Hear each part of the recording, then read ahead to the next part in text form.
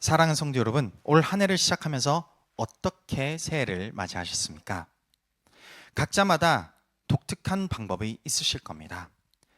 새해를 맞이하면서 여느 다른 날과 동일한 하루의 일상으로 시작을 하셨던 분들도 계실 것이고, 아니면은 아침 일찍 일어나서 새해의 찬란한 햇살을 맞이하면서 이 아침에 오르는 햇살과 마찬가지로 나의 올해도 이렇게 빛나기를 소원하는 마음으로 그 아침에 일찍 일어나는 분들도 계실 것입니다. 또 어떤 분들은 새해에 새로운 다짐과 결심을 하는 분들도 계십니다. 영어로는 New Year's Resolution이라고 하죠. 내가 올해는 나를 조금 더 가꾸고 변화시키고 내가 가진 스킬들을 향상하여서 더 나은 나의 모습으로 성장하기를 원한다라는 마음에서 이렇게 결심과 목표를 세우는 사람들도 계실 것입니다.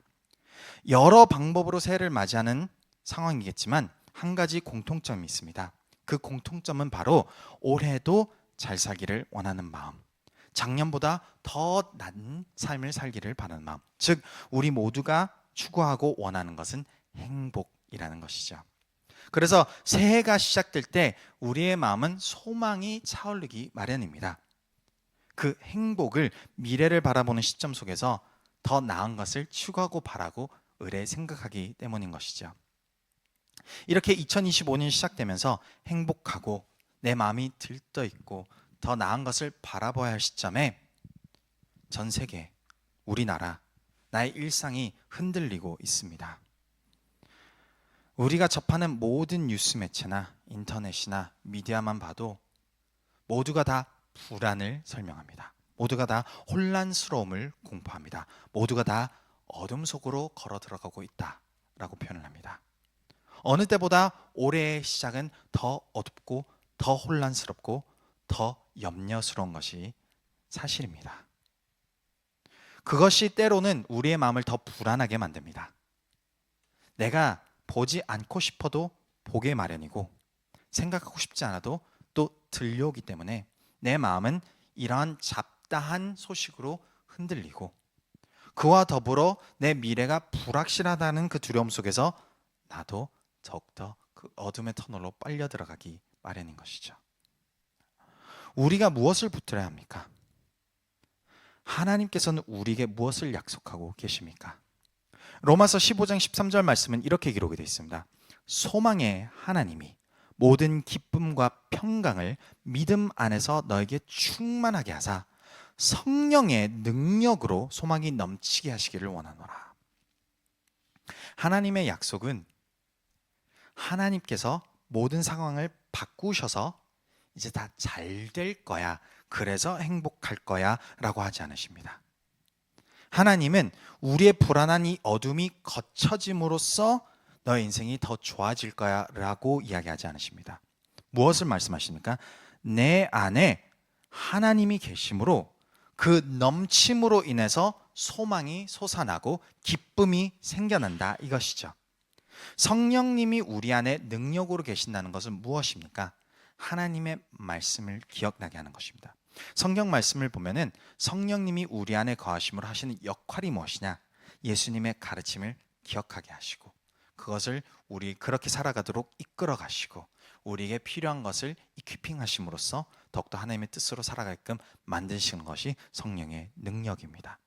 즉 우리한테 참된 소망은 어떻게 나타나는 것인가? 변화도 아니요, 외부적인 상황이 바뀌는 것도 아니라 내 마음에 하나님의 말씀이 들어오고 그 말씀으로 인해서 기쁨이 솟아나는 것입니다. 이것이 우리에게 알려주는 하나님의 소망의 핵심이자 비결이자 진리라는 것이죠. 이것을 더 알기 위해서 오랜 세월 전에 실제 존재했던 한 여인의 이야기를 가지고 한번 들려드리도록 하겠습니다. 오랜 세월 전 한 여인이 있었습니다. 이 여인은 어릴 때부터 행복한 삶을 꿈꿔왔습니다. 어느 누구와 똑같이 자신의 미래에 대해서 행복한 상상을 그려가면서 자상하고 인자한 남편을 만나서 자기를 사랑해주고 또 알콩달콩 살다가 예쁘고 귀여운 자녀들을 낳아서 또 그 자녀들하고 함께 기쁨으로 생활할 그 행복한 시절을 꿈꾸는 것, 그것이 이 여인의 상상이자 소망이자 미래였습니다. 어느덧 결혼할 나이가 차서 이제 부모님들끼리 대화를 하기 시작하는 것을 보았습니다. 이 시기, 이 시절 부모님끼리 약속해서 결혼이 성사되기 마련이었기에 이 여인도 들떠있는 마음으로 누가 내 남편이 될까 기대하는 마음으로 기다렸습니다. 결혼한 당일날 드디어 남편을 맞이하게 됐을 때 너무나도 행복했습니다. 자기가 생각했던 꿈꿔왔던 외양과 그리고 자기가 생각했던 꿈꿔왔던 그 자상함이 너무나도 묻어나오는 사람이었기 때문입니다. 그렇게 행복한 결혼 생활을 시작을 했습니다. 그러나 불행은 금방 찾아왔습니다. 순탄치 못한 결혼 생활이 시작되었던 것입니다. 크고 작은 다툼으로 서로에 대한 그 목소리가 언성이 높아지기 시작을 하고 점점점 남편에 대한 실망과 상처만 커지기 마련이었습니다. 이런 것들이 세월이 겹겹으로 쌓이고 쌓이면서 남편도 더 이상 그 결혼을 유지하기 힘들다고 표현을 하기 시작하는 것입니다. 당시 법으로는 남편이 자기 권한으로 결혼을 끊을 수가 있었습니다. 이혼을 할 수 있었던 것이죠. 그래서 어느 날 큰 다툼이 일어난 이후 남편은 홧김에 법정을 찾아가서 결혼을 끝내버렸습니다. 그렇게 행복할 것만 같았던 이 여인의 인생의 첫 번째 오점이 시작된 것이죠. 첫 번째 금이 가기 시작한 것입니다. 소망과 기쁨이 점점 뭉개지기 시작한 것입니다. 이 당시 여인은 홀로 살아갈 수 없는 시절이었습니다. 반드시 남편과 함께 있어야 했던 것이고, 그러지 않으면 지원을 받을 수 있는 것도, 그러지 않으면 내가 무엇을 할 것도 없었습니다. 즉 과부의 삶과 그렇게 홀로 살아간 삶은 굉장히 외롭고 힘든 삶이었던 것이죠. 그래서 어쩔 수 없이 두 번째 결혼을 택하였습니다. 아직 마음속에서 상처가 아물기도 전에 그 결혼을 선택하고 그 결혼을 통해서 어떻게나마 자기 인생을 꾸려나 보려고 노력을 했습니다. 이 두 번째 결혼은 첫 번째 결혼보다 더 짧게 끝나버립니다.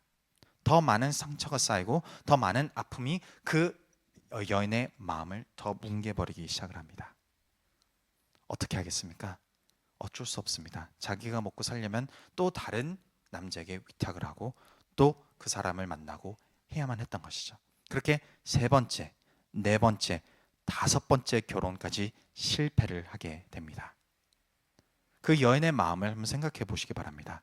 소망 없습니다. 기쁨 없습니다. 인생의 모든 것이 산산조각 나버렸습니다. 이제 그저 자기는 하루만을 위해서 살아가는 존재가 되어버렸습니다. 오늘만이라도 잘 살면 된다. 아무런 소망이 없고 아무런 기쁨이 없는 상처투성인 삶을 살아가게 된 것입니다. 심지어 설상가상으로 결혼도 하지 않고 그냥 그저 함께 묶여 사는 남자 집에 들어가서 얹혀 살아버리게 된 것이죠. 얼마나 수치스럽고 얼마나 힘들었겠습니까? 그러나 그렇게 하지 않으면 먹고 살 수 있는 길이 없기 때문에 이 여인도 어쩔 수 없이 그렇게 자기 자신을 그 집에 들어가게 했던 것입니다. 그렇게 배경이 세팅이 되면서 성경에 등장하는 이야기가 시작되는 것입니다. 이 여인은 많은 사람들의 시선을 피해서 원래 해야 할 일들을 미루어서 한 버릇이 생겨버렸습니다. 무엇을 말하냐면 그 당시 그 지방에서는 너무 덥기 때문에 한낮에 물을 기르러 갈 수는 없었습니다. 그리고 물을 꼭 길러야만 했습니다. 왜냐? 하루치의 물을 가지고 오는 것이 전부였기 때문이죠. 많은 양의 물을 어디 저장할 수 있는 것도 아니고 하루에 필요한 물을 그 새벽에 길러와서 하루 종일 쓰고 그 다음날 일찍 일어나서 물을 기르는 것이 그때 당시의 풍습이었고 그것을 하는 역할이 여인들이었습니다. 그러고 그 우물가에 모여서 여인들이 하루를 시작하는 것이 또 사회의 생활이었던 것이죠. 정보가 공유가 되었고 여러 이야기들이 전달이 되었고 또 친구도 만나고 그런 여러 가지 생활들을 할 수 있었던 곳이 그 우물가였습니다. 그런데 이 상처받은 여인은 그 시간에 그 자리를 피했습니다.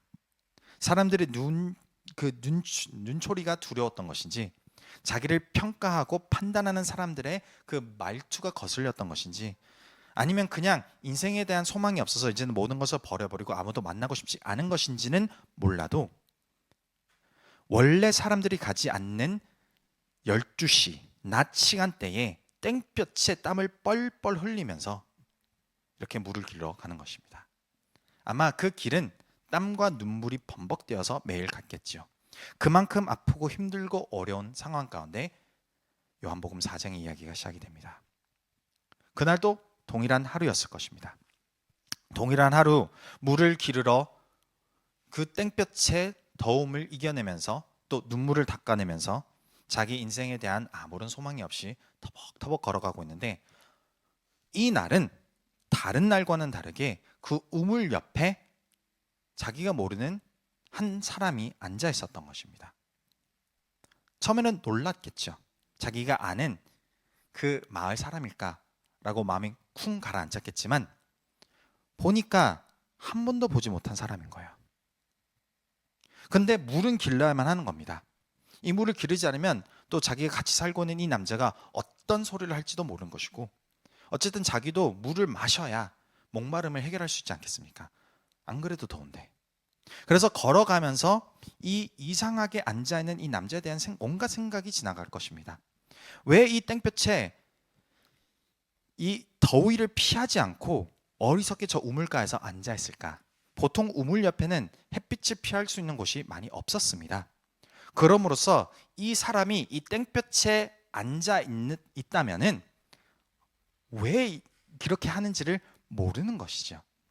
그래서 불안한 마음, 이상한 마음, 호기심 마음, 이런 것들이 섞이면서 조심해서 걸어가서 여인은 재빨리 물만 길러 돌아오려고 했을 때에 이 사람이 말을 걸기 시작합니다. 한번 보십시오. 7절에 보면은 사마리아 여자 한 사람이 물을 기르러 왔음에 예수께서 물을 좀 달라 하시니, 당시 남자가 결혼하지 않은 여인에게 말을 거는 것 안 되는 것이었습니다. 더불어 보아하니 복장과 차림은 이 지방 사람이 아니었던 것이죠. 이 여인이 사마리아인이라고 하지 않습니까? 그리고 이 사람은 유대인처럼 보이는데 사마리아인과 유대인은 앙숙관계였습니다. 말을 거는 것도 안 되고 유대인이 사마리아인을 보는 순간 돌을 던지거나 욕을 하는 것이 일상이었던 것입니다. 그런데 친절하게 물 좀 다오 부탁을 한다? 이것은 유대인으로서 이 사마리아인보다 더 낮춰짐의 자세를 취하는 것입니다. 즉, 이 사람은 친절을 베풀었다는 것이죠. 그게 너무 의아했습니다. 이 이해가 되지 않은 친절이 이 여인은 받아들이기 어려웠던 것입니다. 그래서 9절에 보면 이렇게 표현합니다. 사마리아 여자가 이르되 당신은 유대인으로서 어찌하여 사마리아 여자인 나에게 물을 달라 하니까 하니 이는 유대인이 사마리아인과 상종하지 아니함이로라. 이해가 되지 않은 친절입니다. 왜 이렇게까지 친절을 베푸십니까? 왜 원래 돌을 던지고 욕을 할 사람이, 그리고 저한테 말을 걸지도 않아야 할 사람이 이렇게까지 자기 스스로를 낮춰서 물을 달라고 구한다? 말이 안 됩니다.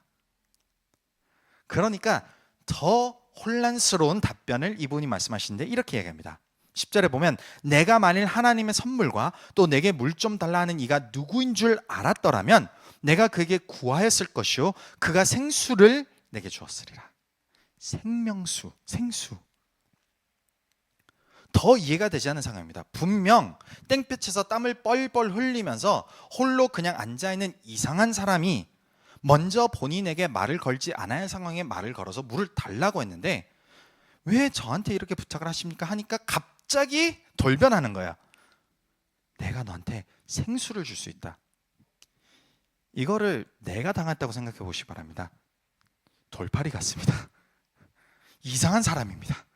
의심한 거 맞습니다. 그렇기 때문에 이 여인도 의심을 한 것입니다. 11절에 보면 여자가 이르되 주여 이 물을 기를 그릇도 없고 이 물은 깊은데 어디서 당신이 그 생수라는 것을 얻겠습니까?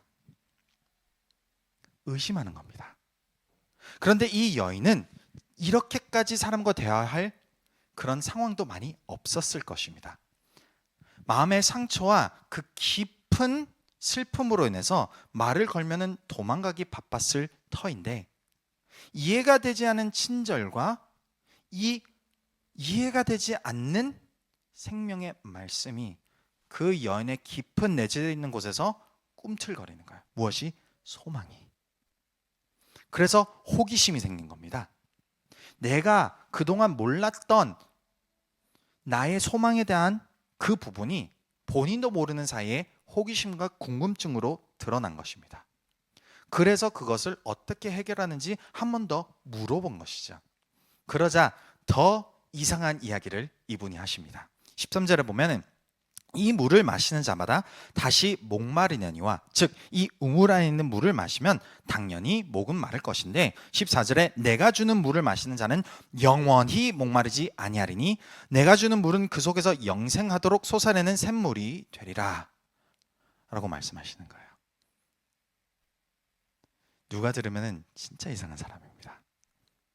물을 달라 했다가, 어떤 물을 주는지 너가 알았다면 달라 할 것이라고 했다가 갑자기 뭘로 물을 퍼겠습니까? 그러니까 내가 줄 수 있는 것은 더 이상 목마르지 않는 그 안에서부터 흘러 넘치는 물이다 라고 하니까 얼마나 헷갈리고 혼돈스럽겠습니까? 그런데 하나님의 말씀이 우리 마음 가운데서 우리의 마음을 이끄는 것은 어떤 방법인지 아십니까? 호기심과 소망과 진짜 그럴 수 있을까? 라고 한 번 더 물어보는 마음을 허락합니다. 그래서 이 여성은 생각하게 됩니다. 만일 하나 이러한 물이 존재한다면 내가 진짜 그냥 다 믿어서 이러한 물이 존재한다고 치자. 그래서 이 물을 마셔서 더 이상 물을 길러 오지 않아도 된다면 얼마나 좋을까? 그러면 더 이상 그 따가운 시선들을 생각할 필요도 없고, 이 마을 안에서 내가 그냥 집 안에서만 살면은 이제 나도 좀 편하겠다. 이 더위 땡볕에 물을 길러 올 필요도 없고, 그 마음과 그 생각으로 15절에 이렇게 표현합니다. 여자가 이르되 주여 그런 물을 내게 주사 목마르지도 않고 또 여기 물 기르러 오지도 않게 하옵소서. 뭔지 모르지만 이제 내 인생에 조금이나마 솟아넘치는 소망과 희망을 표현한 것입니다. 이렇게라도 내 인생이 조금 더 나아지면, 올해 우리가 바라보는 이 여러 혼란스러운 상황 속에서 우리의 고백은 이 여인의 고백과 비슷할 것입니다. 내가 지금보다 조금만 더 나은 삶을 살아도 만족합니다. 이것이 우리가 가지고 있는 고백이자 희망일 것입니다. 그것을 조금 내비쳤더니 이 낯선 사람이 무엇을 표현하냐면 16절에 가서 내 남편을 불러오라. 전곡을 찌르는 것입니다. 그동안 겹겹이 쌓아놓고 단 한 사람에게도 보여주지 않았던 그 깊은 아픔을 이 사람이 갑자기 푹 찔러버리는 것입니다. 마음이 얼마나 힘들었겠습니까? 그렇게 조금이나 솟아넘칠 것만 같았던 소망이 갑자기 사라지는 듯한 느낌이었을 것입니다. 그럼 그렇지, 이 사람도 별바 다를 사람이 아니야. 나의 그 깊게 숨겨놨던 이 아픔을 쑤시고 그걸 그렇게 끄집어내려고 한 사람. 그래서 이 여인은 17절에 이렇게 대답합니다. 저는 남편이 없어요. 슬픕니다. 아픈 것을 고백하는 거예요. 더 혼란스러운 이야기가 이어갑니다. 내가 남편이 없다는 말이 옳도다. 너에게 남편 5이 있었고 지금 있는 자도 내 남편이 아니니 내 말이 참되도다. 무엇을 뜻합니까? 너의 모든 것을 내가 알고 있다. 그 깊은 내면 숨겨왔던 그 모든 것 내가 잘 알고 있다. 충격을 먹은 듯 했을 것입니다.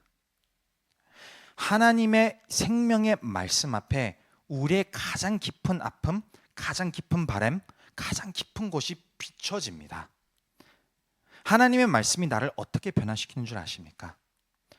우리는 우리가 모르는 그 상처와 아픔, 내면의 깊은 곳까지도 하나님의 말씀이 비추기 때문에 그 말씀으로 인해서 나의 그 보고 싶지 않았던 그 아픔과 슬픔들을 직면하기 시작하면서부터 변화가 일어나기 시작하는 것입니다.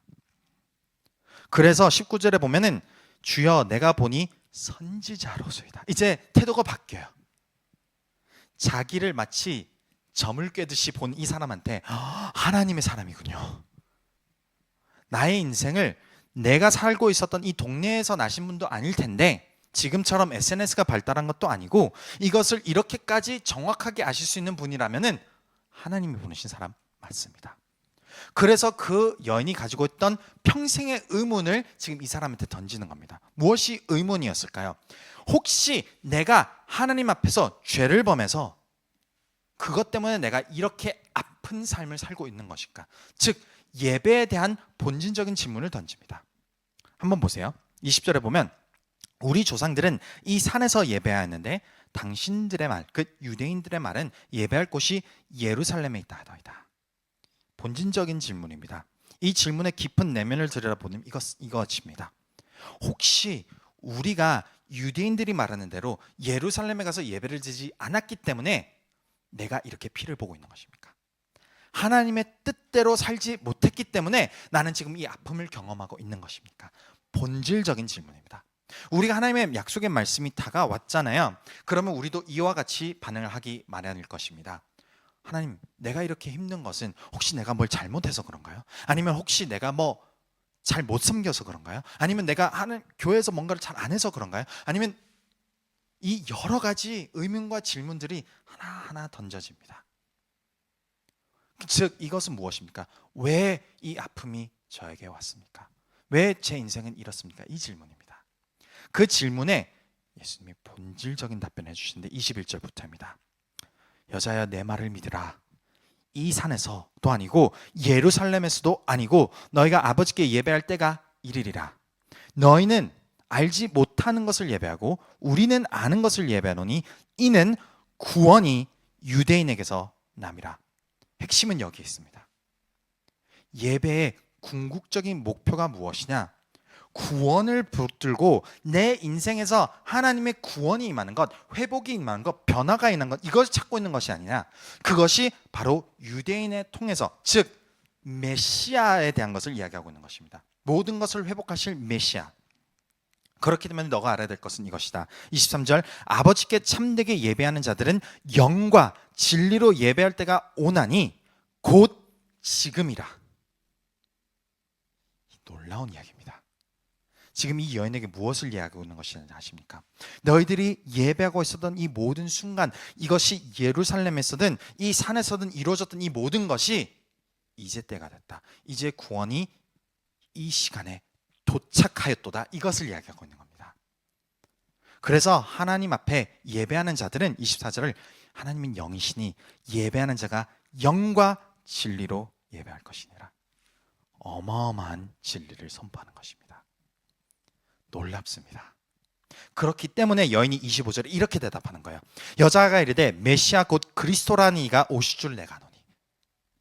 이게 갑자기 예비 이야기하다가 메시아 이야기하는 것이 우리가 그냥 읽어 내려갔을 때는 이해가 되지 않을 것입니다. 그런데 이 여인의 궁극적인 중심은 이 예배를 통해서 하나님께서 자기의 삶이 회복되기를 바라는 마음이었던 것이죠. 그럼으로써 그 메시아라는 존재가 이제 오심으로써 내가, 내 인생이, 나의 모든 것이 변화되기를 소망하는 마지막 소망이었던 것입니다.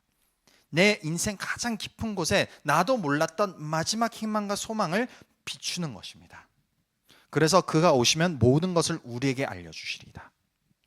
나의 문제도, 나의 아픔도, 이 모든 것, 내가 이해가 되지 않는 모든 것들은 메시아가 오셔서 알려주실 것이고 그제서야 내 삶도 회복이 될 것입니다. 자기 인생의 마지막에 그 소망을 비춰내자 26절이 너무 놀랍습니다. 예수님이 이르시되 내가 말하는 그 메시아가 바로 나다. 눈앞에 평생 소망했던 구원과 회복이 지금 임하였도다 이것입니다. 얼마나 놀라운 줄 아십니까? 예수님과 이 여인과의 이 지금 상황은 예수님이 어떤 능력을 발현한 것도 아닙니다. 우리가 소위 말하는 안증뱅이가 걷고 눈먼 자가 보고 물 위를 걷고 오병이의 기적을 일으키는 예수님이 아닙니다.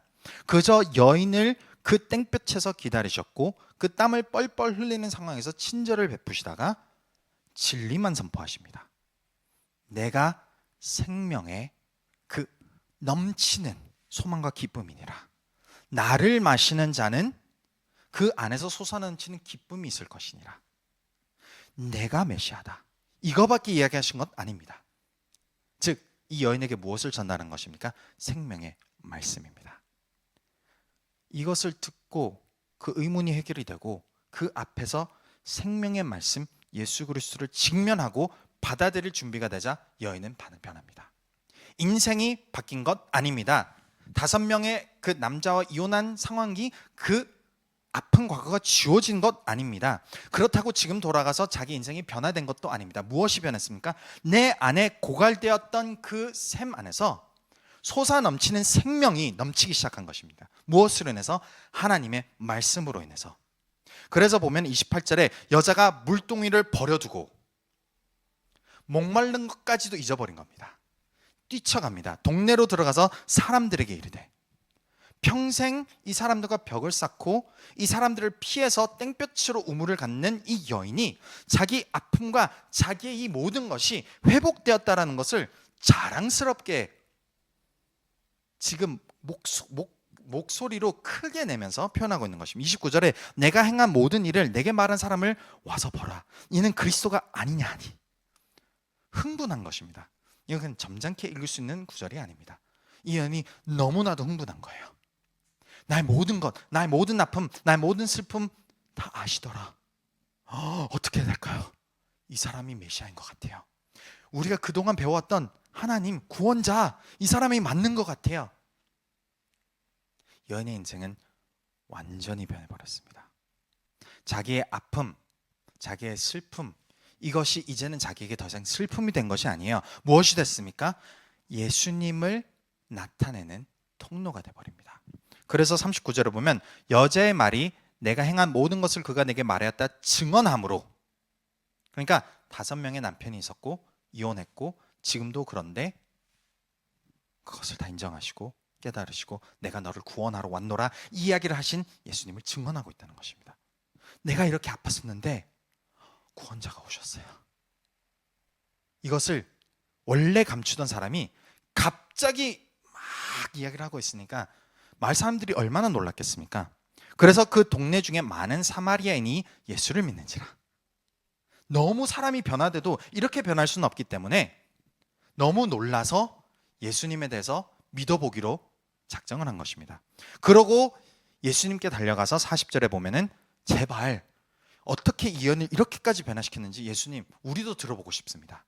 그 생명의 말씀 저에게도 들려주세요 하고 청하니 예수님께서 이틀을 더 머물고 그들을 말씀으로 가르칩니다. 그래서 41절에 보면 말씀으로 말미암아 믿는 자가 더욱 많아. 이 말씀을 들음으로써 이 지금 마음속에서 모든 영혼들이 이 여인과 마찬가지로 회복이 일어나고 변화가 일어났다는 것이죠. 그래서 42절에 그 여자에게 말하되 이제 우리가 믿는 것은 내 말로 임함이 아니니 이는 우리가 친히 듣고 그가 참으로 세상의 구주인 줄 알미라 하였더라. 사랑하는 성도 여러분, 이 여인의 전체 삶의 이야기와 모래를 시작하는 우리의 삶의 모습을 같이 붙여서 봐야 합니다. 이 세상은 이 여인이 살아갔던 어둡고 혼란스럽고 아픔이 많은 세상 맞습니다. 우리가 두려워하고 우리가 혼란스러워하고 염려스러워하는 것 맞습니다. 앞서 제가 새해를 맞이하면서 새해 목표를 세우는 것에 대해서 말씀드리지 않았습니까? 설문조사에 의하면 2025년 목표 1위가 무엇인지 아십니까? 재산 불리기. 목표 2위가 무엇인지 아십니까? 또 다른 인컴에 돈을 벌 수 있는 방법을 찾기입니다. 2025년 전 세계적으로 모두가 다 불안하기 때문에 자기의 주머니가 더 돈독하면 괜찮아질 거라는 생각으로 그런 것이 자기 인생의 목표가 되어버린 것이죠. 앞서 말씀드렸던 이 여인의 목표는 달랐겠습니까? 남편만 있으면 생활이 더 나아질 거야 라는 그 목표 하나만으로 5번이나 마음에 더 깊은 상처를 받은 사람입니다. 근데 그 여인이 무엇으로 인해서 그렇게 크게 변했습니까? 생명의 말씀이라는 것이죠. 그 여인이 변화됨으로 말미암아 자기 인생도 회복됐을 뿐 아니라 주변 사람들까지도 하나님의 말씀으로 해서 회복됐던 것을 볼 수가 있습니다. 그래서 히브리서 4장 12절 말씀에 보면 하나님의 말씀은 살아있고 활력이 있어 좌우의 날선 어떤 검보다도 예리하여 혼과 영과 및 관절과 골수를 찔러 쪼개기까지 하며 또 마음의 생각과 뜻을 판단하나니. 말씀은 그저 내 생각과 내 마음을 따뜻하게 하는 그런 것 아닙니다. 들어보고 그럴 수도 있겠다라고 하는 것 아닙니다. 말씀을 온전히 직면하고 나면은 이 여인처럼 우리도 선택을 해야 될 때가 옵니다. 정녕, 지금 이 말씀을 전하시는 분이 제 인생을 송두리째 바꾸실 수 있는 분이십니까? 지금 이 말씀을 전하시는 분이 제 인생의 참된 기쁨이고 소망이십니까? 이 세상 다 시도해봤습니다. 투자도 해봤고 돈도 열심히 벌어봤고 내가 원하는 것 다 사봤고, 근데 이 모든 것은 5편의 남편처럼 나에게 상처만 남겨놨습니다. 그렇다면 예수님은 다르십니까? 예수님은 내 인생 깊은, 나도 소망을 포기했던 이 세상에서, 이 삶에서 예수님은 다르십니까? 그 의문에 내 대답이 다르시구나가 될 때에 말씀은 나를 찔러 쪼개기까지 한다는 것이죠. 그리고 그 말씀으로 해서 변화받는 사람은 어떻게 되는 줄 아십니까? 바로 요한 1서 4장 19절 말씀입니다. 우리가 사랑하면 그가 먼저 우리를 사랑하셨습니다. 내가 받은 사랑을 주체할 수가 없습니다. 샘이 솟아 넘쳐서 이 여인이 가서 나눈 것처럼 하나님의 사랑을 온전히 깨닫고 내 인생 속에서 그것이 변화가 일어났잖아요. 나눠주지 않고는 내 인생을 살아갈 수가 없습니다. 그 기쁨이 얼마나 큰 기쁨인데요. 내가 변화된 것이 얼마나 큰 변화인데요. 그렇기 때문에 나누는 것입니다. 이해가 되지 않은 친절을 베푼다는 것이죠. 그러면 그 친절을 받는 사람들로 하여금 또 한 번 더 왜 이렇게까지? 라는 이야기를 하게 됩니다. 그러면 우리는 무엇을 전합니까? 내가 만난 예수 그리스도가 내 안에 넘치기 때문입니다. 그래서 그것을 받은 사람들도 동일하게 물음표와 직면을 해야 됩니다.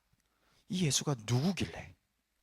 그리고 그 답변을 나도 이 예수가 필요하구나라고 할 때에 같이 동일하게 기쁨이 넘치는 것이죠. 그래서 올해 우리의 목표는 생명의 말씀을 더 붙드는 것입니다. 시편 119편 105절 말씀 보면 주의 말씀은 내 발의 등이요 내 길의 빛이니이다. 올 한 해 우리는 말씀을 더 깊이 파고들 것입니다.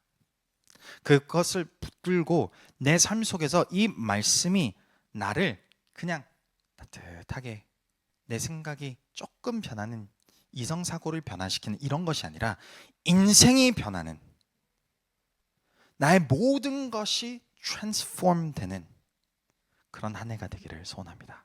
그래서 어둠으로 걸어가고 있다면 등불과 그 빛으로서 찬란하게 비춰지는 2025년 되시기를 주님의 이름으로 소원합니다.